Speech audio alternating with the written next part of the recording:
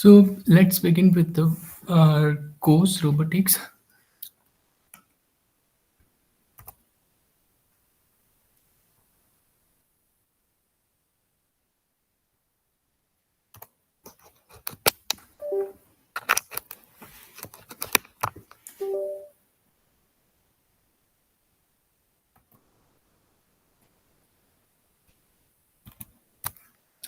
So as you can see on your screen, that is a basic definition of a robotics. What is a robotics and what we do in robotics? That is from the Infineon Technologies. So apart from that, before we begin, I explained in the last lecture that what is robotics, the robot word, where it come from, and was it what is the mean of the robot. So just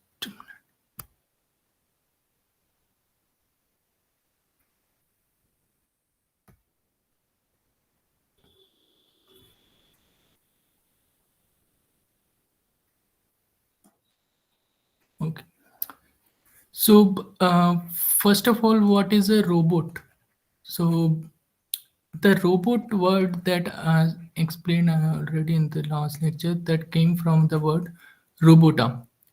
तो जो रोबोटा word था उसका mean क्या था कि कोई भी काम जो भी हम करवा रहे हैं किसी से, या फिर हम we are forcing someone to do a work, to do a task, that is the mean of robota. Or a simple word, that is a labor, that is the mean of robota.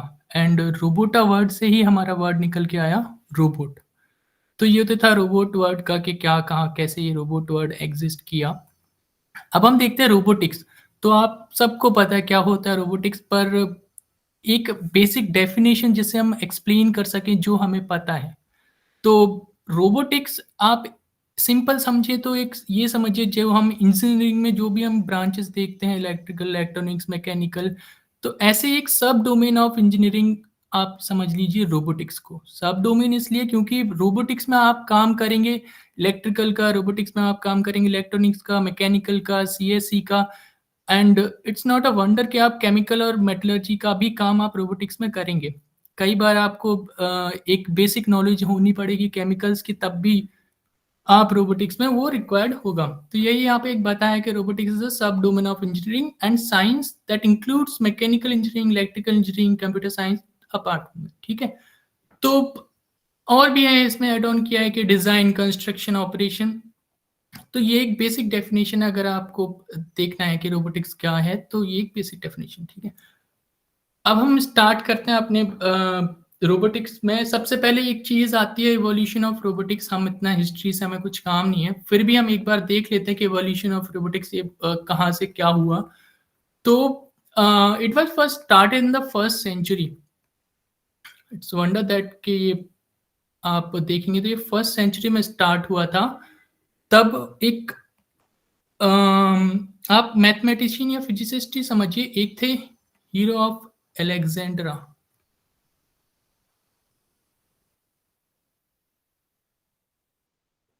Although ये हमारे किसी काम नहीं आने वाला कि हमें क्या करना है इवोल्यूशन ऑफ रोबोटिक्स का, बट अगर हम कोई नया टॉपिक पढ़ने जा रहे हैं या फिर कुछ एक ऐसी चीज़ पढ़ने जा रहे हैं जो हमारे करिकुलम में नहीं होती, तो वो हमें इंटरेस्ट तभी क्रिएट होता है जब हमें उसके बारे में थोड़ा बहुत बेसिक पता होता है.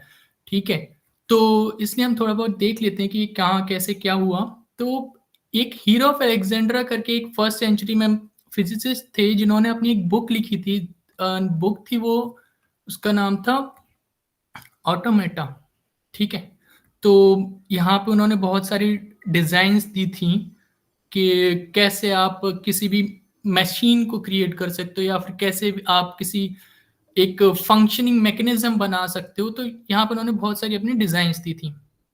तो ये तो इतना हमारे कुछ काम का नहीं है कि फर्स्ट सेंचुरी में हीरो ऑफ अलेक्जेंड्रा ने किया था. जो मेन आते हैं हमारे पास कि जहाँ से आप मान सकते हो या फिर बोल सकते हो फादर ऑफ रोबोटिक्स, वो थे 1495 में जो थे, वो थे लियोनार्डो दा विंची. जो आप यहाँ लिखूंगा अभी.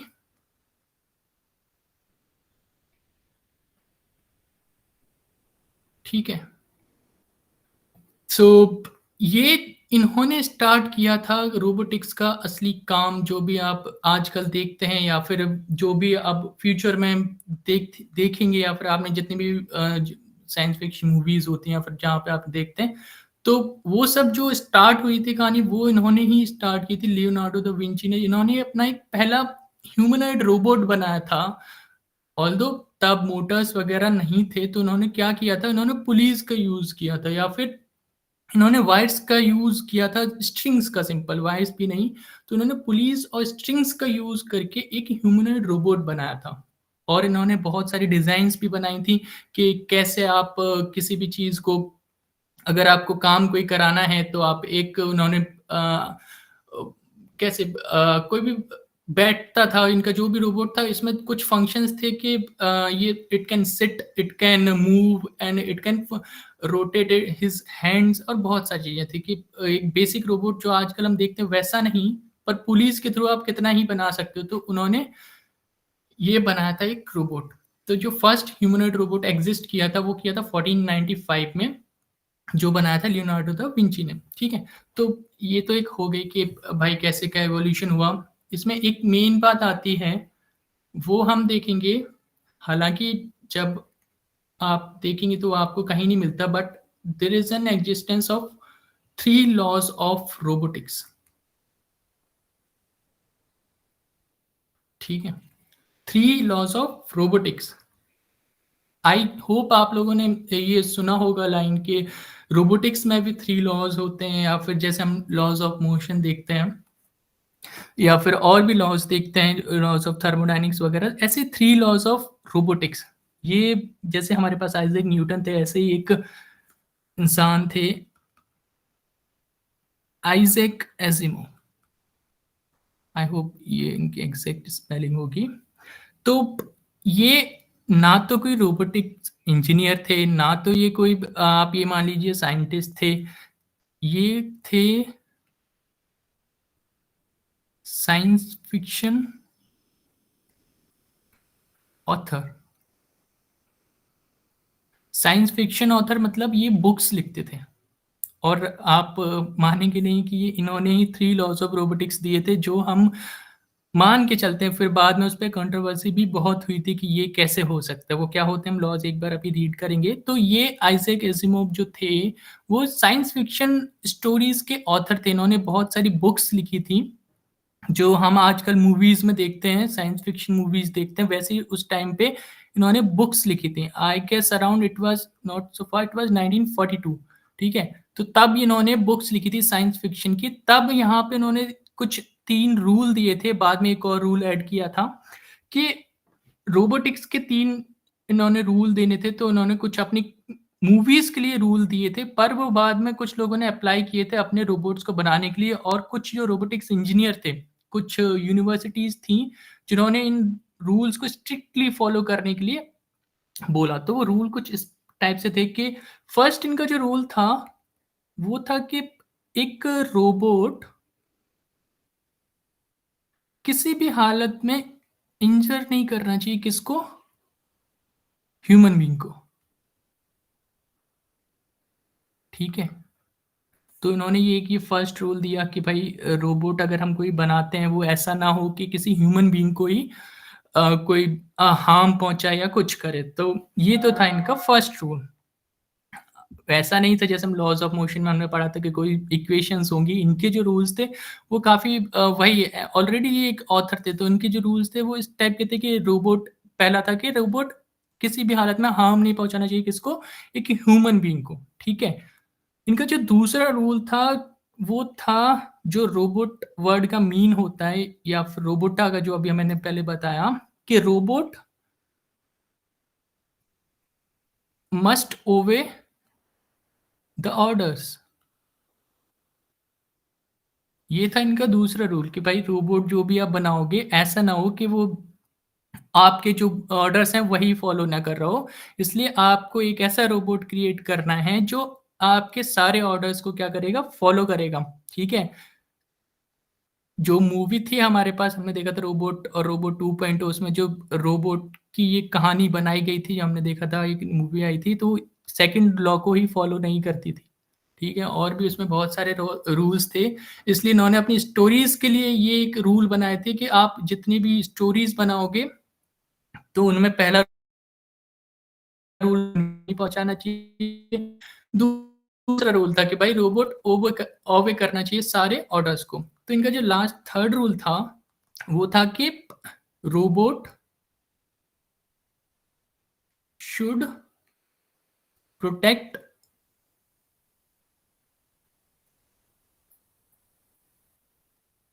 Its own existence. ठीक है, पार्ट में हैंड राइटिंग, उसको आप इग्नोर करिएगा। तो इन्होंने जो थर्ड रूल बोला, वो इन्होंने बोला कि भाई रोबोट अगर आप कोई बना रहे हो तो वो कुछ इस टाइप का रोबोट होना चाहिए कि वो अपनी एग्जिस्टेंस को भी प्रोटेक्ट कर सके। यानी कि ऐसा ना हो कि आपने एक रोबोट बनाया, वो अपने आप ही टूट रहा है या फिर कुछ उसमें हो रहा है, वो अपने आप को प्रोटेक्ट ही नहीं कर पा रहा है, अपने पार्ट्स को ही कंट्रोल नहीं कर पा रहा है। ठीक है, तो ये इनका था थर्ड रूल, किसका? आइजैक एजिमोव का, कि robot should protect its own existence. All दो इसमें एक और दो बातें ऐड थी कि जब रोबोट अपने एग्जिस्टेंस को फॉलो कर रहा हो तो वो सेकंड और फर्स्ट रूल को भी फॉलो करे। ऐसा ना हो कि रोबोट के पार्ट्स को अगर कोई ह्यूमन बींग चेंज करने के लिए जाए और रोबोट प्रोटेक्ट करने के चक्कर में उसे ही मार दे। ठीक है, तो इस सब के लिए इन्होंने ये भी लिखा कि आप अगर रोबोट थर्ड रूल का फॉलो कर रहा है तो फर्स्ट और सेकंड रूल को ना भूलें। तो इन्होंने ऐसे करके 3 रूल दिए। बाद में एक और ऐड किया कि इन्होंने उसको नाम दिया फर्स्ट, सेकंड और थर्ड के बाद लॉ 0। तो उसको उन्होंने यही बोला कि ह्यूमन बीइंग थ्रू इनएक्शन, और अगर ह्यूमन बीइंग को वो हार्म नहीं कर रहा है तो वो थ्रू इनएक्शन भी नहीं करेगा। ठीक है, हालांकि उतना हम उसको ध्यान नहीं देते। हम जो मेन रूल्स हैं वो 3 यही हैं कि रोबोट इंसर्ट नहीं करना चाहिए, हार्म नहीं पहुंचाना चाहिए ह्यूमन बीइंग को, और रोबोट को सारे ऑर्डर्स फॉलो करने चाहिए, और रोबोट को अपने एग्जिस्टेंस को प्रोटेक्ट करना आना चाहिए। ठीक है, तो ये 3 रूल थे कुछ, जो एक बेसिक कहानी हो गई रोबोटिक्स की। ये अभी जो भी हुआ, ये एक रोबोटिक्स की बेसिक कहानी हुई कि रोबोटिक्स कैसे था, क्या हुआ, क्या क्या हुआ इसके पीछे। तो ये हो गया 1942 तक, जब हम ऐसी बातें करते थे। आज अगर हम देखेंगे तो ये फर्स्ट, सेकंड और थर्ड रूल में से कितने रूल फॉलो होते हैं? एक भी नहीं, क्योंकि इसके बाद कंट्रोवर्सी क्रिएट हो गई कि अगर हम ये बात करेंगे, ये कहानीज में हो सकती है, स्टोरीज में ये हो सकता है, पर रियल लाइफ में हम ये इम्प्लीमेंट नहीं कर सकते। अगर मिलिट्री लेवल के रोबोट्स क्रिएट हम कर रहे हैं तो वहां पे हम कहाँ से ये बात को अप्लाई कर देंगे फर्स्ट रूल को? ठीक है, तो ये एक कहानी हो गई कि भाई रोबोटिक्स की के इवोल्यूशन कैसे हुआ, क्या हुआ। अब हम आते हैं अपने मेन बात पे, जिस पे हमें डिस्कस करना है। तो अब हम आएंगे, देखेंगे कि टाइप्स ऑफ रोबोटिक्स क्या होता है। आपको यहाँ पे 3 टाइप दिख रहे हैं।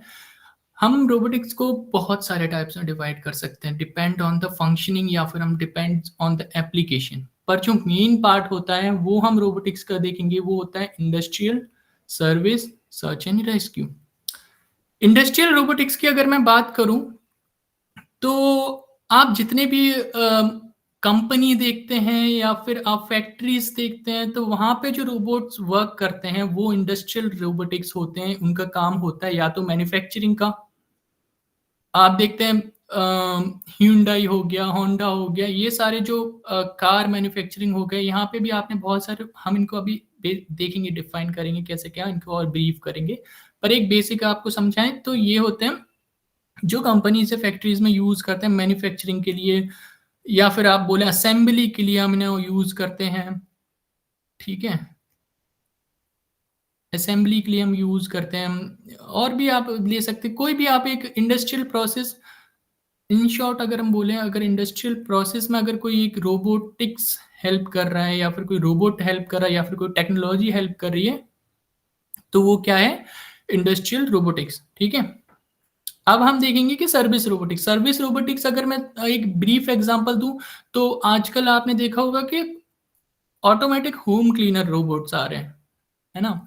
आप लोगों ने देखा होगा कि होम क्लीनर रोबोट्स होते हैं और यूजिंग वैक्यूम या कुछ भी, वो होम क्लीन करते हैं। तो वो सारे क्या हो गए? Service robotics. सर्विस रोबोटिक्स आप एक ऐसे समझिए, जो क्या कर रहे हैं, हमारे पर्सनल असिस्टेंट्स हैं, या फिर हमारे सर्विसेज हमें दे रहे हैं। किसको? डायरेक्टली आप ये समझिए डोमेस्टिक एंड पर्सनल सेटिंग्स में वर्क करते हैं। इसमें भी वर्क करते हैं डोमेस्टिक एंड पर्सनल सेटिंग्स।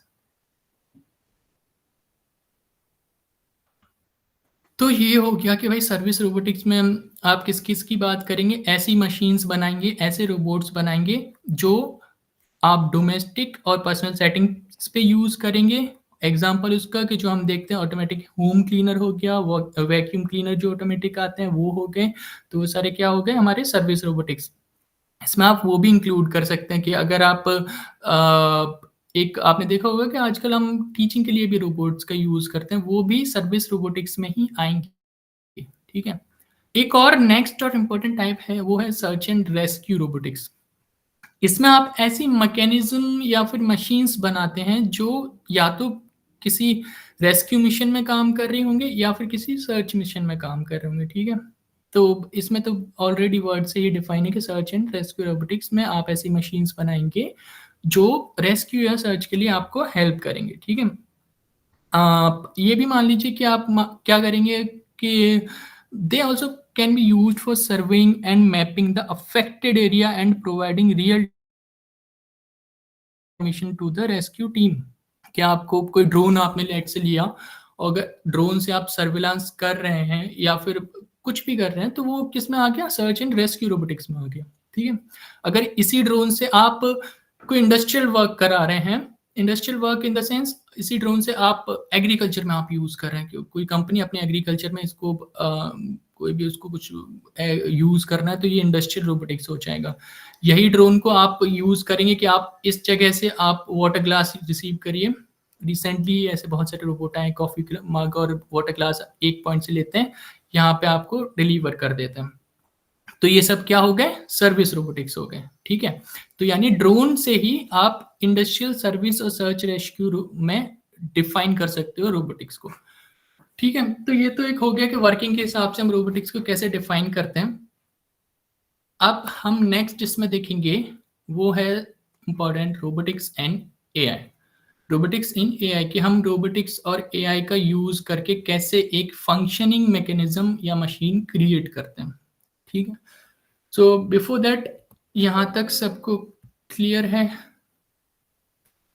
कोई डाउट या फिर कुछ भी? चलिए ठीक है। अभी देखिए ये थ्योरी ही चलेगी कुछ एक दो दिन, जिसमें हम देखेंगे कि भाई रोबोटिक्स के टाइप्स क्या होते हैं, कैसे होते हैं। उसके बाद फिर हम स्टार्ट करेंगे अपना जो मेन काम है। ठीक है। जो हम प्रोग्रामिंग या फिर बाकी सब देखेंगे वो इसके बाद देखेंगे, बट उससे पहले हमें एक थ्योरी पता होना चाहिए कि क्या रोबोटिक्स होता है। ठीक है। तो अब हम देखेंगे कि रोबोटिक्स और एआई को मर्ज करके हम कैसे कुछ हेल्पफुल बना सकते हैं। तो इसमें सबसे पहले आता है कि कंप्यूटर विजन।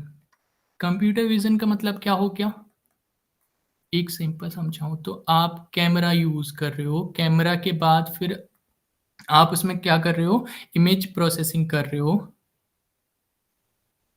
थ्रू एमएल या फिर थ्रू किसी भी पाइथन के थ्रू। आपने क्या किया, एक कैमरा लगाया, आप फिर उस इमेज को प्रोसेस कर रहे हो, फिर रोबोट को कोई टास्क मिल रहा है।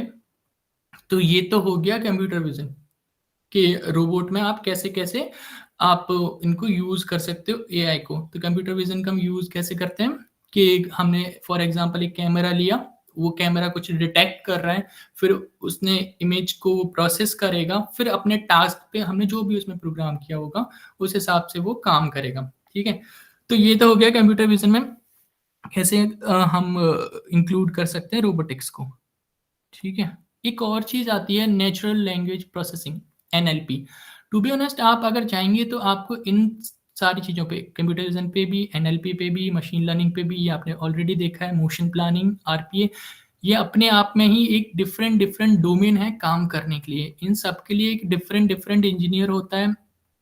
सारों के लिए मोशन प्लानिंग के लिए अलग होता है, आरपीए तो आपको जनरल जो अभी इंडिया में डिमांड है वो इसी की है, रोबोटिक्स प्रोसेस ऑटोमेशन इंजीनियरिंग की। और कंप्यूटर विजन तो है ही। ठीक है। तो ये सब अपने आप में खुद एक डोमेन है कि किस किस पे हम रोबोटिक्स में इनको इंक्लूड कर सकते हैं।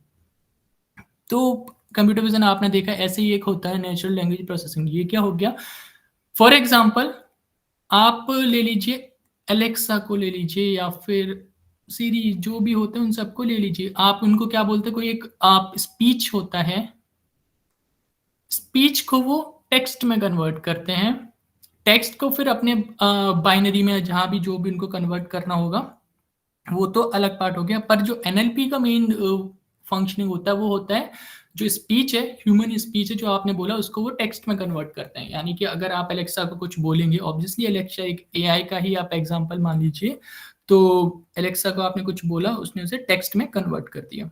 अब रोबोट में अगर ये आप एलेक्सा को इनबिल्ट करोगे, आप रोबोट को कोई टास्क आपको बोलना है, आपको बोलना है रोबोट्स को मूव योर हैंड, आपने बोला मूव योर हैंड, तो आप सबसे पहले उसमें एआई का ही फंक्शन होगा, जो आपने इसको स्पीच बोला, एनएलपी उसे टेक्स्ट में कन्वर्ट करेगा, उसके बाद कमांड जाएगी किसको, रोबोट को, तब वो रोबोट अपना हैंड मूव करेगा। तो इस तरह से एनएलपी यूज होता है रोबोटिक्स और एआई में, ठीक है। तो नेक्स्ट मशीन लर्निंग, ये तो आप लोगों ने काफ़ी अच्छे से देखा कि मशीन लर्निंग का हम कैसे यूज़ करते हैं, क्या नहीं करते हैं। पर फॉर एग्जांपल अगर आपको कोई एक बहुत सारा डेटा है जिससे रोबोट खुद, आप अपने मशीन लर्निंग से आपने एक डेटा उसको फिल किया, फिर उस डेटा के हिसाब से रोबोट एग्जीक्यूट करेगा अपने टास्क को।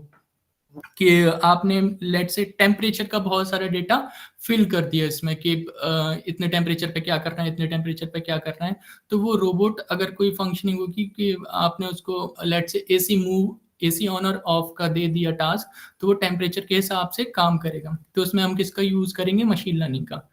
नेक्स्ट एक और चीज होती है मोशन प्लानिंग, जो आप ऐसे समझिए कि रोबोटिक्स जो होता है वो मोशन प्लानिंग एल्गोरिदम्स का यूज करता है, ठीक है। जो किस लिए काम आता है, जो रोबोट्स को इनेबल करता है नेविगेट करने के लिए और एक पॉइंट से दूसरे पॉइंट पे मूव करने के लिए। ये हम देखेंगे किसमें, रॉस में हम इसे काफी अच्छे से देखेंगे, जब हम रोबोट ऑपरेटिंग सिस्टम पढ़ेंगे तब हम इसको देखेंगे कि मोशन प्लानिंग क्या होता है। कि कई बार रोबोट क्या होता है,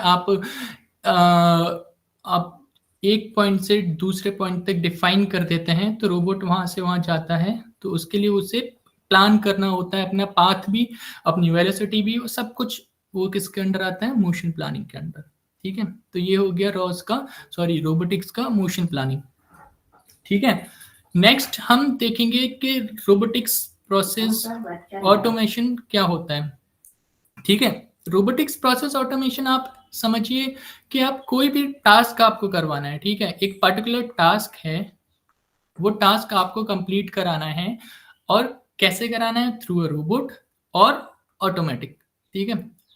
उस टास्क को ऑटोमेटिकली कराने के लिए जो भी आप सॉफ्टवेयर यूज करेंगे या फिर जो भी आप प्रोग्रामिंग यूज करेंगे, वो सब किसके अंडर आता है, रोबोटिक्स प्रोसेस ऑटोमेशन के अंदर। ये हम डिटेल में देखेंगे आगे through the courses.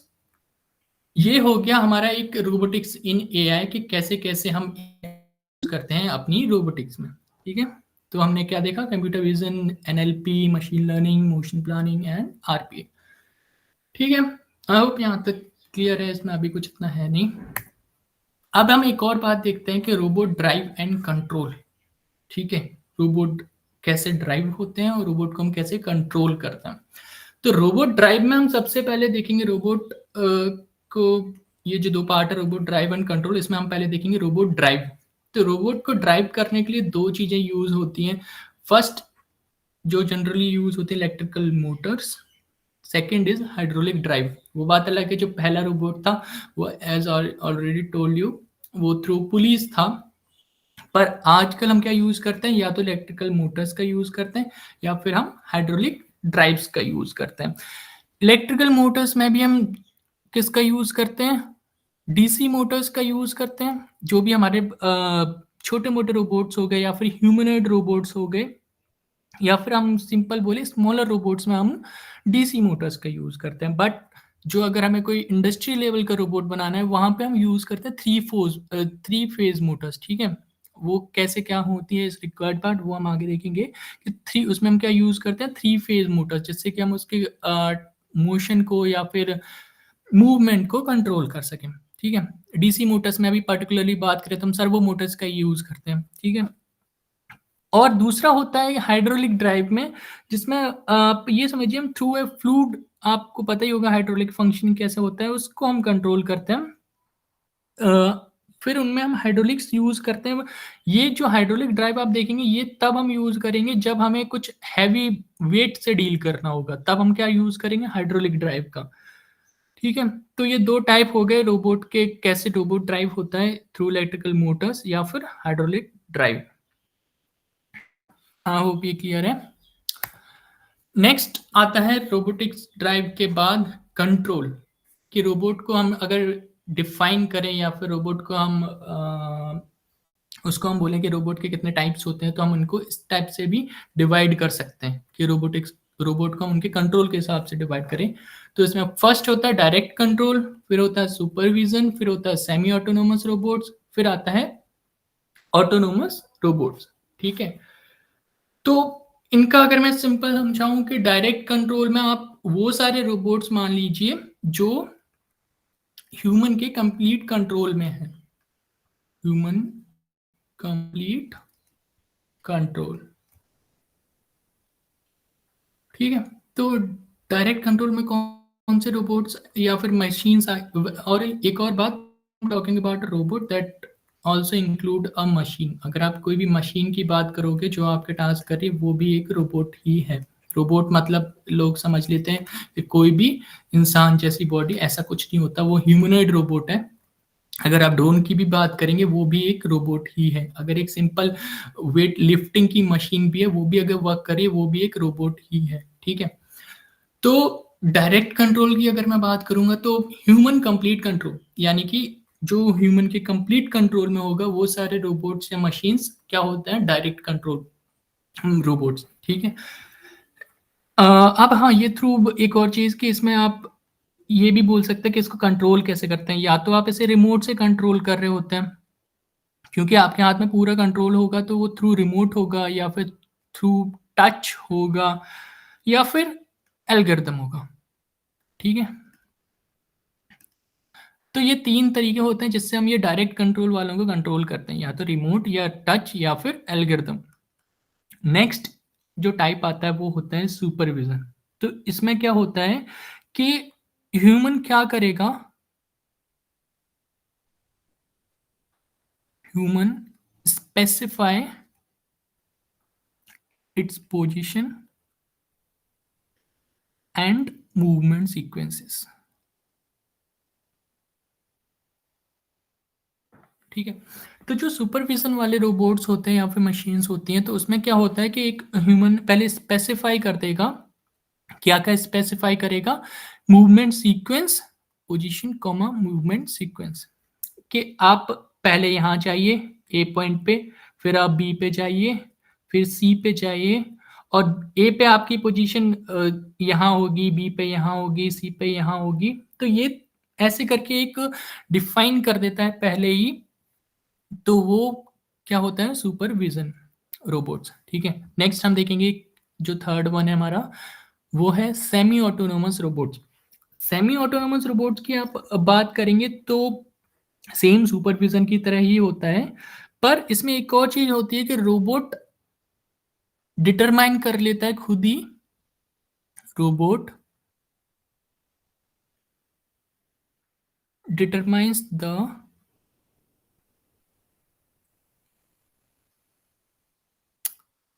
Optimum positions. ठीक है? और ये भी मूवमेंट सीक्वेंस। अभी जो सुपरविजन वाले रोबोट्स थे, उसमें ह्यूमन स्पेसिफाई कर रहा था कि आपको पहले यहाँ जाना है, फिर यहाँ जाना है, फिर यहाँ जाना है, फिर यहाँ पे ये मूवमेंट करना है, यहाँ पे ये मूवमेंट करना है। लेकिन जो सेमी ऑटोनोमस रोबोट्स हैं, उसमें रोबोट खुद ही पता करता है कि उसको कहाँ जाना है और कहाँ जाने के बाद उसको कौन सा मूवमेंट करना है। ठीक है? तो इसका अगर मैं एक एग्जांपल दूं, तो आप सब वो जानते हैं कि हम एक कार बनाते हैं, ऑब्स्टिकल अवॉइडिंग कार, तो वो सेमी ऑटोनोमस में आ गया कि उसको पता है कि इधर से इधर अगर जाना है, तो वो डिफाइन करेगा कि यहाँ पे अगर कोई ऑब्स्टिकल है, तो वो अपना पाथ चेंज करेगा। वो हो गया सेमी ऑटोनोमस रोबोट्स। अब जो आते हैं टॉप ऑन द टेबल, वो होते हैं हमारे ऑटोनोमस रोबोट्स। ऑटोनोमस रोबोट्स में ना तो आपको डिटरमाइन करना होता है इसका पोजीशन, ना मूवमेंट, और ना ही आपको बताना होता है कि इसको करना क्या है। इसमें आप पहले से ही इसको पता होता है कि what is it's task, what is it's position and movement, सब इसको पहले से पता होता है। अगर मैं इसको सिंपल ऐसे लिखूँ, तो इसमें जो रोबोट होता है, robot recognise it's task automatically.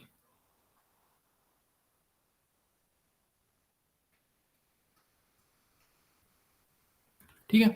इसका एक एग्ज़ाम्पल देखें तो आप फायर फाइटिंग रोबोट्स की बात कर लीजिए, कि जैसे ही कहीं पे भी फायर डिटेक्ट होगी तो रोबोट अपना उसको टास्क पता पड़ जाएगा कि भाई कहाँ पे, उसमें थ्रू एआई उसको पता पड़ेगा, इसमें जो भी वो कंप्यूटर विज़न यूज़ कर रहा होगा या जो भी, जिससे उसे पता पड़ेगा कि यहाँ पे आग लगी है, ये इसकी डिस्टेंस है उससे, और वो उसको अपना टास्क भी खुद ही पता है, तो वो रोबोट ऑटोनोमस रोबोट की कैटेगरी में आ जाते हैं, जिसमें वो अपने आप ही वर्क करते हैं, कंप्लीटली ऑन इट्स ओन। ठीक है?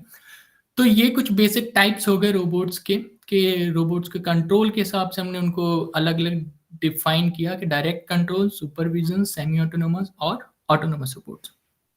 नेक्स्ट हम बात करते हैं जो जहाँ से रोबोटिक्स की मैकेनिक्स स्टार्ट होती है, वो होती है ये 4 पॉइंट। आप जब भी रोबोटिक्स कहीं पढ़ेंगे, तो वहाँ पे जो रोबोट्स डिफाइन होते हैं वो इन 4 चीज़ों पे डिफाइन होते हैं। ये क्लासिफिकेशन क्या होता है? Physical configuration classification. कौन-सा? Physical configuration classification. ठीक है? तो हम जो अपने सिंपल रोबोटिक्स में जो डिफाइन करते हैं रोबोट्स को, किस हिसाब से डिफाइन करते हैं? एकेडमिक लेवल पे अपने फिजिकल कॉन्फ़िगरेशन के हिसाब से, ठीक है? तो रोबोट्स को फिजिकल कॉन्फ़िगरेशन के हिसाब से 4 टाइप्स में डिवाइड किया गया है। First is Cartesian, second is cylindrical, third is polar, fourth is joint arm. हम इन सबको ब्रीफ में एक-एक करके देखेंगे कि क्या होता है कार्टेशियन, क्या होता है सिलिंड्रिकल, क्या होता है पोलर, क्या होता है जॉइंट आर्म। ठीक है? क्योंकि यहाँ से ही आपकी रोबोट की मैकेनिज़्म स्टार्ट होती है। रोबोट का हार्डवेयर जो होता है, वो किससे स्टार्ट होता है कि आप रोबोट को डिज़ाइन किस हिसाब से कर रहे हैं। कि जो आपने रोबोट डिज़ाइन किया, वो किस कैटेगरी का रोबोट है। और कैटेगरी हमें कैसे पता पड़ती है? आपने आपके पास कोई टास्क आया कि आपको ये एक पर्टिकुलर टास्क है, कंप्लीट कराना है through a robot.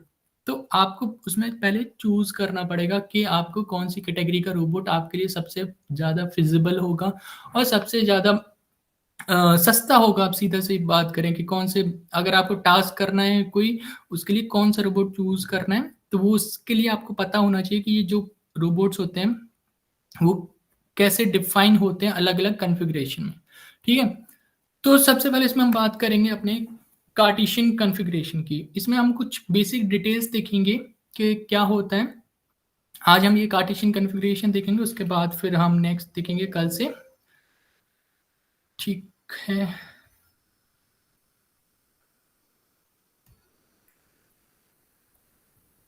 So Cartesian configuration में सबसे पहले आपको ये वर्ड तो पता ही है, सुना ही होता है सबने।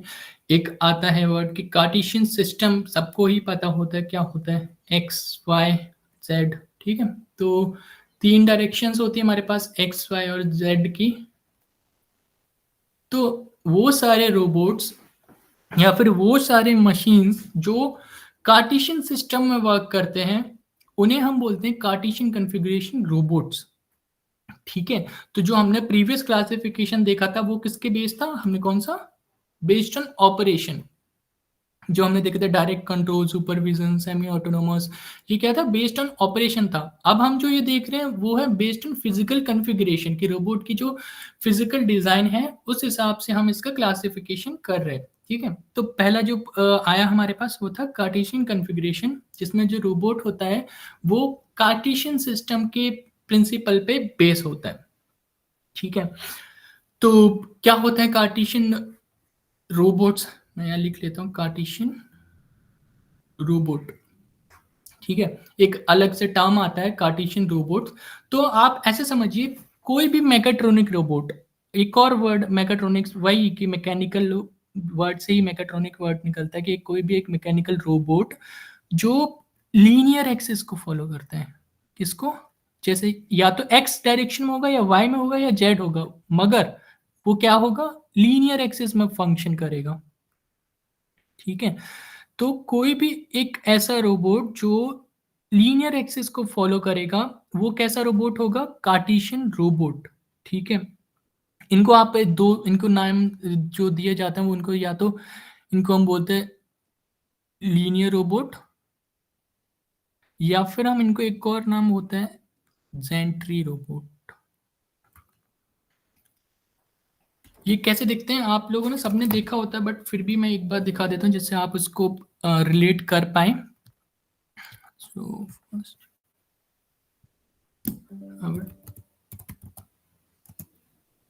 ट्री रोबोट, देखिए हम सब ने इस टाइप के रोबोट देखे होते हैं ना, जो देखिए ये मशीन्स हैं, या फिर आप ये कहाँ बेसिक यूज होते हैं? आपने ये हर जगह देखा होगा जब कार मैन्युफैक्चरिंग में इस टाइप के आपको रोबोट दिख रहे होते हैं कि एक जिनमें दो ऐसे ब्लॉक्स होते हैं जिनके ऊपर एक मूवेबल आर्म होती है, या तो वो मूवेबल। सबसे इजी एग्जांपल आप समझिए 3D प्रिंटर, तो उसमें भी कुछ ऐसा ही होता है कि दो साइड से वो होल्ड होता है, और एक मूवेबल, या तो एक्स एक्सिस में होगा, या वो वाई एक्सिस में होगा, या जेड में होगा, जहां भी रिक्वायरमेंट के हिसाब से उसमें एक रोबोटिक आर्म लगी होती है। तो ये सारे रोबोट्स को हम क्या बोलते हैं?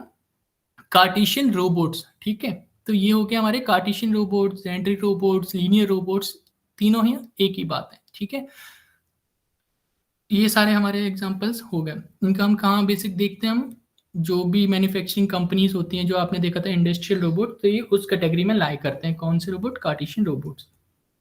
तो ये तो आपने देख लिया कि भाई ये जो कार्टेशियन रोबोट्स होते हैं वो लीनियर एक्सिस को फॉलो करते हैं, और उन्हें हम ये बोलते हैं लीनियर रोबोट या जेंट्री रोबोट या कार्टेशियन रोबोट। ठीक है, अब एक बात आती है कि how do Cartesian robots function.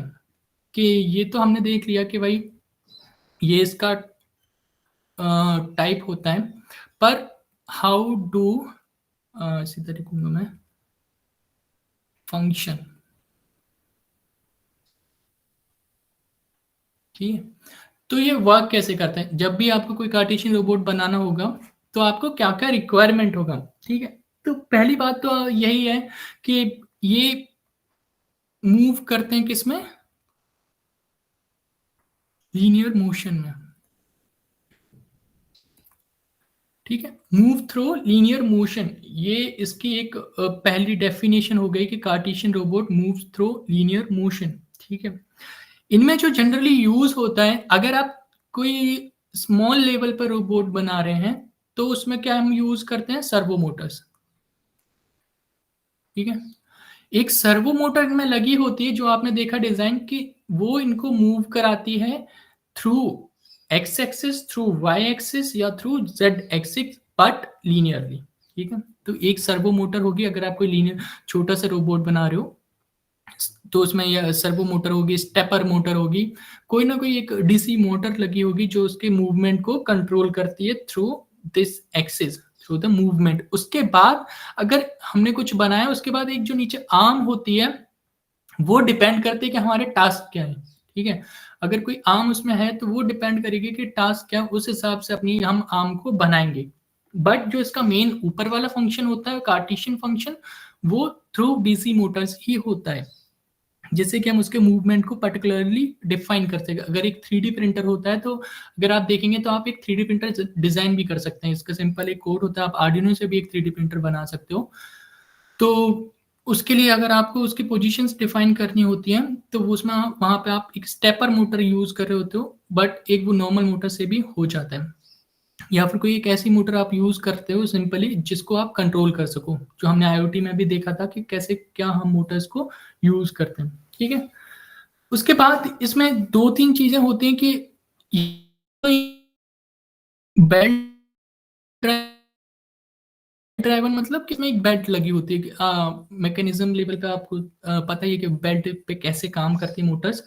या तो इसमें कोई बेल्ट लगी होगी, या फिर इसमें कोई केबल लगी होगी, या फिर आप इसको समझिए कोई स्क्रू भी आप इसमें कंसीडर कर सकते हो, कि या तो ये कोई स्क्रू ड्राइवर होगा, या तो आप इसे बेल्ट ड्राइवर ले लीजिए, या केबल ड्राइवर ले लीजिए, या फिर स्क्रू ड्राइवर ले लीजिए। तो ये कुछ टाइप हैं जिससे ये सर्वो मोटर कंट्रोल हो रही होगी या फिर सर्वो मोटर अटैच होगी, और उससे हमारी जो आर्म होगी कार्टेशियन रोबोट की, वो उससे कंट्रोल हो रही होगी। ठीक है, ये आपको बेसिक समझ ही आएगा कि कैसे how do Cartesian robots function. ठीक है, तो ये तो हो गया कि कार्टेशियन रोबोट फंक्शन कैसे होते हैं। अब इनमें कुछ आप समझिए कि इसके एडवांटेजेस क्या होते हैं, या फिर इनकी कैरेक्टरिस्टिक्स क्या होती हैं, या फिर इनको हम कहाँ यूज करेंगे। मेन बात तो, जब भी आपको कोई हैवी पेलोड होगा, ठीक है, जब भी कहीं भी हमें एक हैवी पेलोड को कैरी करना होगा, या फिर एक हमें हाई कैपेसिटी का रोबोट चाहिए, तब हम वहां पे क्या यूज करेंगे, कार्टेशियन रोबोट का यूज करेंगे। ठीक है, आप इसको समझ लीजिए कि क्यों इसको यूज करना है। आप नॉर्मली कोई एक ह्यूमनॉइड रोबोट क्यों नहीं यूज कर सकते, हम ह्यूमनॉइड रोबोट भी बना सकते हैं कि भाई जो एक टास्क को हमें यहाँ से कोई टास्क पेलोड उठाना है और यहाँ पे रखना है, तो हम सिंपली तो कार्टेशियन रोबोट यूज कर सकते हैं, बट एक ह्यूमनॉइड रोबोट भी तो यूज कर सकते हैं जो यहाँ से पिक करेगा या ड्रॉप करेगा। ये हम इसलिए नहीं करते हैं क्योंकि ये हमारी कॉस्ट कटिंग होती है। जब भी हम इंडस्ट्री लेवल पे बात करते हैं रोबोट की, तो हम कई काम डिफाइन करता है कि आजकल एक न्यू ट्रेंड है कि हम सारी चीजें करा रहे हैं ड्रोन से। आप देखिए बेसिक जो प्रोजेक्ट्स होते हैं कंपनीज के, तो पता नहीं क्यों जो टास्क जरूरी भी नहीं है ड्रोन से कराने के लिए, वो भी वो ड्रोन से ही करा रहे हैं। रिसेंटली आई वाज सीइंग कि एक फ्रूट प्लकिंग एक डिवाइस बनाया था उन्होंने, कि जो किसी फील्ड में फ्रूट प्लग कर रहा था, कि जो फ्रूट थे उसमें अलग अलग प्लांट्स पे लगे हुए, उनको प्लग कर रहा था। They were doing through using a drone. ठीक, अलग अलग उन्होंने ड्रोन्स अटैच कर रखे थे, कि उस एक मशीन में एक कार टाइप थी, उसमें 5-6 ड्रोन लगे थे। वो अलग अलग ड्रोन थ्रू वैक्यूम फ्रूट्स को प्लग कर रहे थे। But they were wasting the resources, they were wasting the energy. अगर वो सेम काम एक सिंपल रोबोटिक आर्म से करते तो वो उन्हें चीप पड़ता। ठीक है, तो ऐसे ही अगर हमें पता होगा कि हम कौन सा काम किससे कराते हैं, या फिर कौन सा काम किससे कराना चाहिए, कौन सा हमारा कॉस्ट कटिंग कहाँ होगी, या कौन जल्दी करेगा टास्क को, वो हम डिफाइन पहले ही करके रखते हैं। ये हमारा रोबोटिक्स का पहला कंसेप्ट होता है कि हमें अपना एम क्लियर होना चाहिए। ठीक है, तो ये हो गया कि पेलोड, जब भी हमें कोई हैवी पेलोड होगा और हमें कॉस्ट कटिंग करनी होगी, तब हम किस कौन से रोबोट्स का यूज करेंगे, कार्टेशियन रोबोट्स का। लेकिन वहां पे जो टास्क होगा वो प्री डिफाइंड होगा कि हमें यहाँ से यहाँ तक जाना है, या फिर मूवमेंट लीनियर होगा, तो वहां पे हम अपने कौन से रोबोट्स यूज करेंगे, कार्टेशियन रोबोट्स का। ठीक है, अब इसमें एक और बात होती है कि इसके एप्लीकेशंस क्या क्या होते हैं, या फिर कहाँ कहाँ हम इनको यूज करते हैं। यही इसकी प्रॉपर्टीज तो हमने ये देखा कि भाई हैवी पेलोड के लिए इसको यूज करते हैं। अब एक और इसमें होता है कि एप्लीकेशन। तो फर्स्ट इसकी एप्लीकेशन आती है पिक एंड प्लेस। ठीक है, कहीं पे भी पिक एंड प्लेस का आपको काम होगा, सबसे पहले आप किस साइड देखेंगे, कार्टेशियन रोबोट की साइड। ये बात क्लियर है कि पिक एंड प्लेस का जब भी काम होगा, तब हम सबसे पहले किस पे जाएंगे, कार्टेशियन रोबोट पे। दूसरा इसका होता है असेंबलिंग सिस्टम।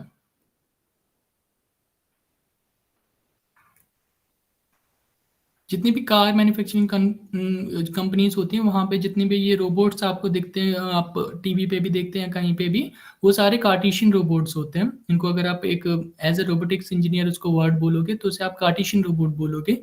तो वो होता है असेंबलिंग सिस्टम, वो भी इसका एक एप्लीकेशन हो गया। और आप इसके एप्लीकेशन देखेंगे तो आप वेल्डिंग में भी ये यूज होते हैं।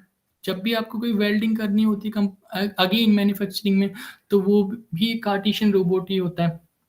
और होता है कि आप प्रोसेस टू प्रोसेस ट्रांसफर करना होगा, तब भी आप किसका यूज करेंगे, कार्टेशियन रोबोट का। तो ये तो हो गया एक बेसिक कि कार्टेशियन रोबोट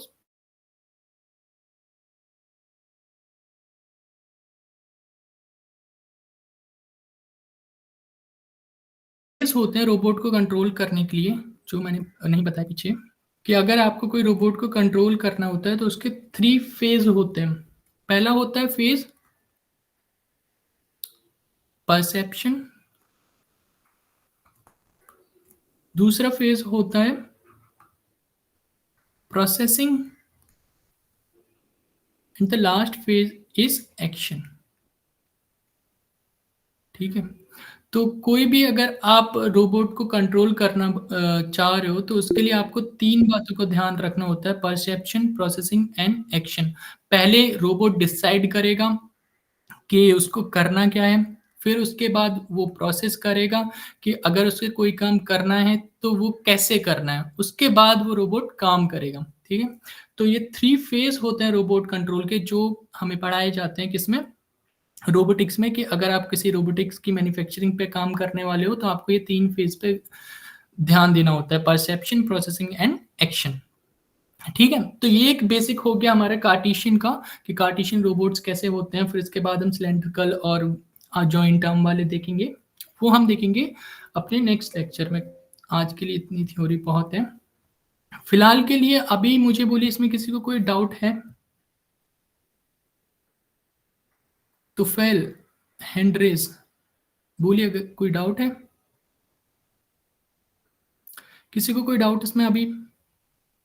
आई होप यहाँ तक क्लियर था। अभी हम एक दो दिन थ्योरी कंप्लीट करेंगे, आज कल भी हम थोड़ा देखेंगे, उसके बाद फिर हम मेन अपने प्रोग्रामिंग वाले टास्क पे आएंगे। कल हम हार्डवेयर कंप्लीट करेंगे, रोबोटिक्स का हार्डवेयर, उसके बाद हम स्टार्ट करेंगे अपना जो मेन टास्क है। ठीक है, चलिए, थैंक यू फॉर ज्वाइनिंग।